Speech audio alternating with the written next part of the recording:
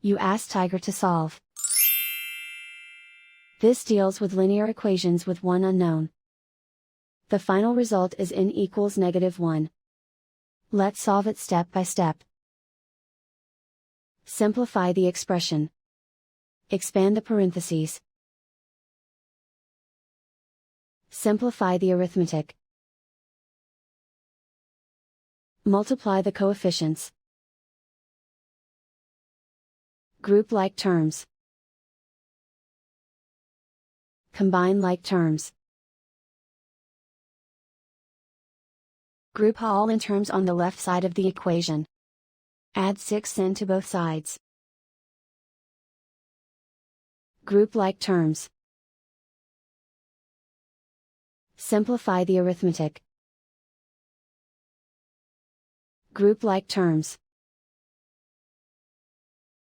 Simplify the arithmetic.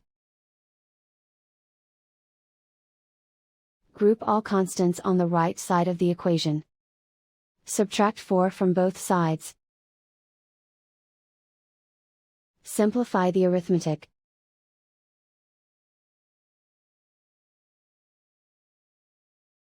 Isolate the n. Divide both sides by 18. Simplify the fraction.